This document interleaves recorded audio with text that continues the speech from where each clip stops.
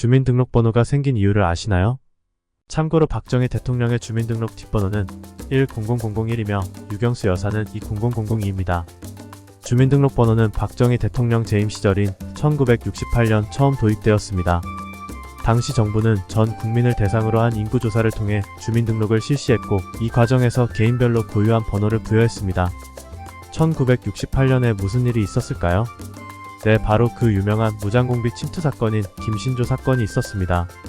1968년 1월 21일 북한 민족보위성 정찰국 소속 공작원 124 부대원 31명이 청와대를 습격하여 박정희 대통령을 암살하기 위해 청와대로부터 300m 떨어져 있는 종로구 세검정 고개까지 침투한 이 사건은 당시 큰 파장을 불러일으켰고, 이 사건으로 우리가 잘 아는 실미도 부대까지 창설하게 됐죠. 행정적인 편의를 위해서기도 했지만 당시 국가보안에 열을 올리던 시절이다 보니 간첩 등 위험 인물들에 대한 식별도 중요했기 때문입니다.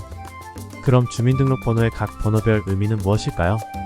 주민번호 앞 6자리가 생년월일인 건 누구나 아는 사실입니다. 뒷자리 7자리 중 맨 앞자리 숫자는 성별을 의미하는 것도 모두 아실 테고요. 초기엔 1은 남자, 2는 여자였으나 새로 출생하는 사람이 늘어나면서 3, 4번까지 사용됩니다.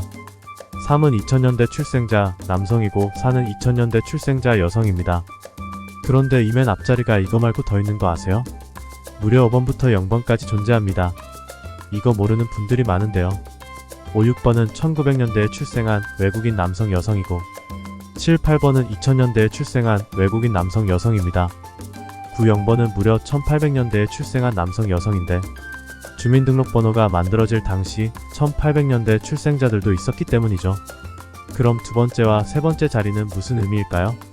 바로 출생지역 코드입니다. 출생 등록이 이루어진 지역을 나타내는데 각 지역에 고유의 코드가 부여되어 있으며, 이 코드를 통해 출생지가 어디인지 대략적으로 파악할 수 있습니다.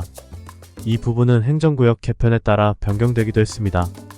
네 번째에서 여섯 번째 자리는 개인별 일련번호입니다. 같은 지역, 같은 날에 태어난 사람들을 구분하기 위해 있는 건데요. 이 번호는 순차적으로 할당되며 여러 사람이 같은 날에 출생 등록을 하더라도 이 번호를 통해 개별적으로 식별할 수 있습니다. 마지막 일곱 번째 자리는 체크 디지트라고 합니다. 이건 검증 숫자를 의미하는데요. 주민등록번호 전체의 유효성을 검증하는 역할을 합니다. 이를 통해 주민등록번호가 유효하게 생성되었는지 확인할 수 있습니다. 이 숫자는 특정 알고리즘을 사용하여 앞에 12자리 숫자를 기반으로 계산됩니다. 이 주민등록번호는 주민등록증에 기록되어 있는데요. 주민등록증을 최초로 발급받은 사람은 바로 당시 대통령이던 박정희 대통령이었습니다. 지금은 만 17세부터 발급이 되지만 주민등록증 제도가 처음 도입된 1968년에는 만 20세 이상 성인에게만 발급되었습니다. 그러다가 사회적 요구와 행정관리의 필요에 따라 1975년에 주민등록증 발급 연령이 만 18세로 낮아졌습니다.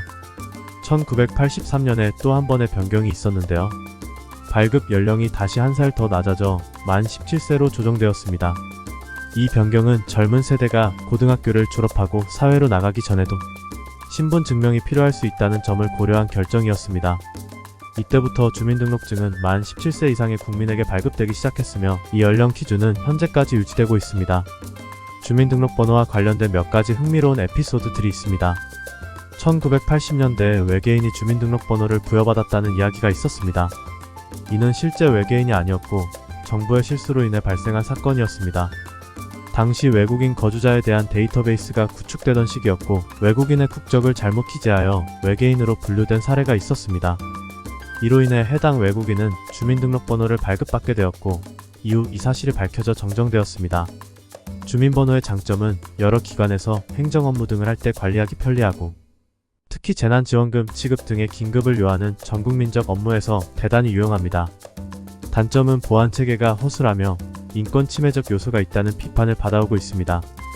유엔인권위원회는 국가별 인권 상황 정기검토 보고서에서 대한민국의 주민등록 체계는 인권 침해라는 지적과 함께 주민등록제도에 대한 문제를 제기하며 개선 요청을 했습니다.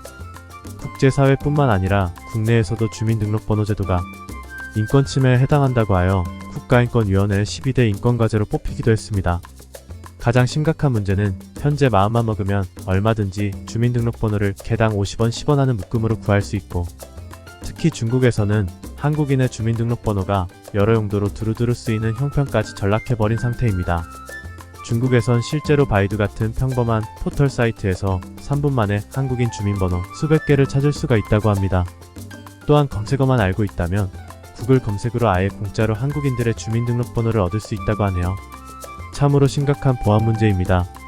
여담으로 과거에 모 초등학교는 졸업 앨범에 졸업생들의 주민등록번호를 실었는데 교장이 주소나 연락처가 바뀌더라도 주민등록번호는 바뀌지 않는다고 주장했기 때문이었습니다. 이렇듯 우리나라에선 이 주민번호가 엄청나게 허술하게 관리되고 도용당하고 있지만 미국은 조금 다릅니다. 미국에서는 사회보장번호와 운전면허증 번호가 이 기능을 하고 있는데요.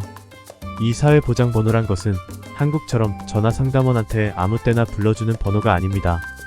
미국에서 이 번호가 만에 하나 노출되면 범죄자들이 그 번호를 이용해 신분 세탁 등 각종 범죄 행위에 이용하기 때문에 매우 절대적인 프라이버시 중의 하나로 처리하며 심지어 정부 기관에서도 잘 안 물어봅니다.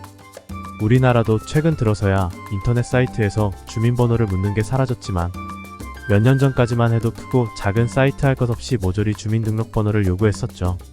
아무튼 미국의 경우 다수의 추정부 웹사이트, 연방정부 웹사이트에서 사회보장번호는 당사자가 노출을 염려하면 신분 확인을 다른 방법을 통해 확인할 수 있도록 조치하고 있습니다. 특별한 경우 신원 확인을 목적으로 뒤 내 자리를 물어보는 정도가 최대라고 합니다. 영상이 재미있으셨다면 구독, 좋아요, 알림 설정 부탁드립니다.